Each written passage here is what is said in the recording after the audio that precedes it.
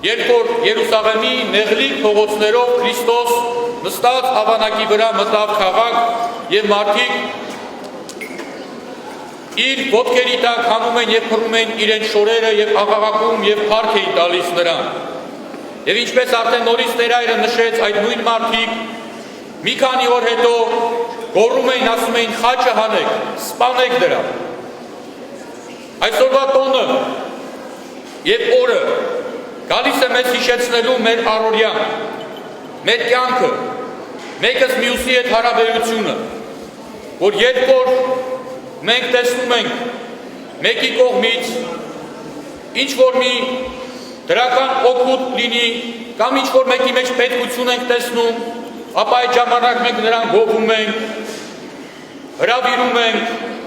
իսկ երբ որ տեսնում ենք, որ մարդը այլևս պետք չի, սկսում ենք անտեսել նրան, փորձում ենք չնկատել փողոցներում, չենք ուզում պատասխանել նրա զանգերին եւ այլն եւ այլն։ Ահա դա է այն ժամանակվա հրեաների երկերեսայնությունը։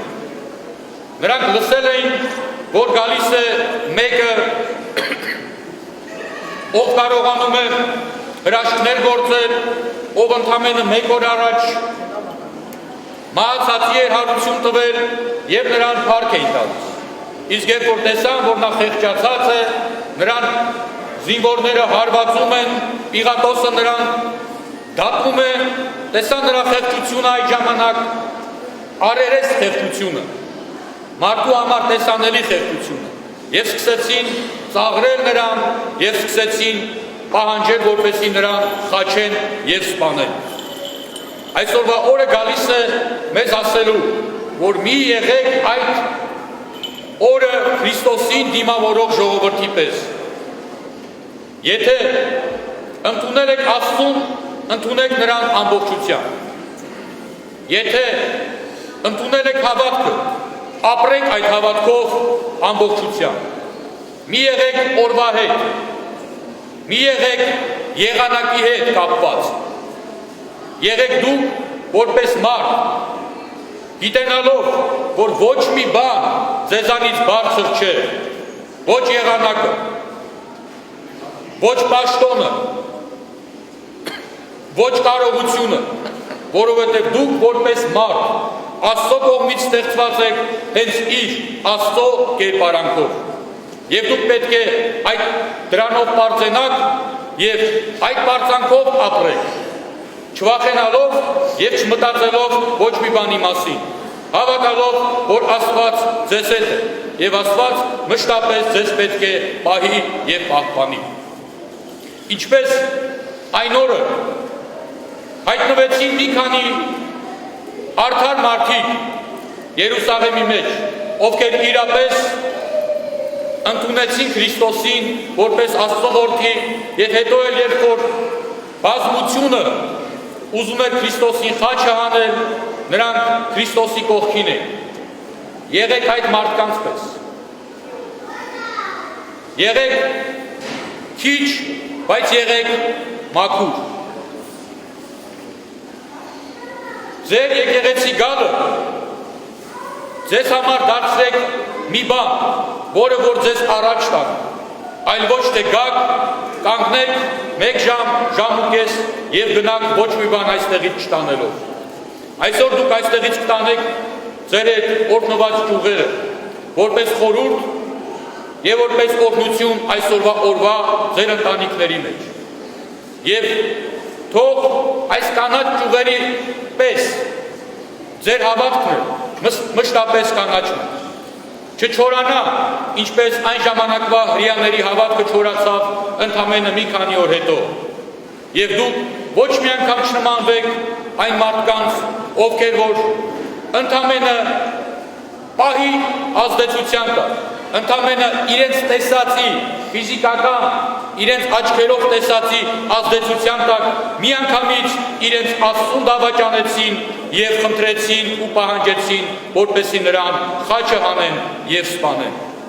Եղեք ձեր հավատքի մեջ հաստատ, ընդունեք Քրիստոսին այսօր ձեր հոգիների մեջ Բացեք ձեր հոգիների դռները եւ թող Քրիստոս այսօր ինչպես այն ժամանակ մուտք գործեց Երուսաղեմ, այսօր թող մուտք գործի ձեր սրտերի եւ ձեր հոգիների մեջ։ Եվ պահեք նրան, այլ ոչ թե հենց որ տեսնեք ինչ որ մի դժվարություն նրան դուրս արեք ձեզանից, ոչ, պահեք նրան ձեր մեջ, որովհետև մենք վաղվանից սկսում ենք ավագ շաբաթը, Քրիստոսի այս աշխարհի վրա ապրած վերջին օրերի հիշատակությունը, եւ մենք պետք է Քրիստոսին այսօր ընդունելով մեր մեջ քայլենք նրա հետ միասին նրա կյանքի վերջին օրերում, քայլենք նրա հետ դեպի Գողգոթա եւ այնուհետեւ յուղաբեր կանանց հետ միասին գնանք եւ տեսնենք, որ ինքը գերեզմանում չէ, այլ հարություն է արել։ Ուժ, կարողություն եւ կորով բոլորի։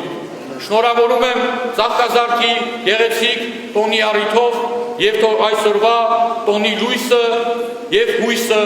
մշտապես լինի ձեր հոգիների մեջ։ Այժմ եւ միշտ եւ հավիտյանս հավիտենից ամեն նաեւ ուզում եմ լինել այսօր ձեր բոլորիդ հոգու թարգմանը եւ ձեր բոլորիդ կողմից շնորհավորել մեր այսօրվա պատարագիչ հայ սուրբին Տեր Հովսեփ Քահանա Հարությունյանին, ով ընդամենը 40 եւ մի քիչ ավելի օրեր առաջ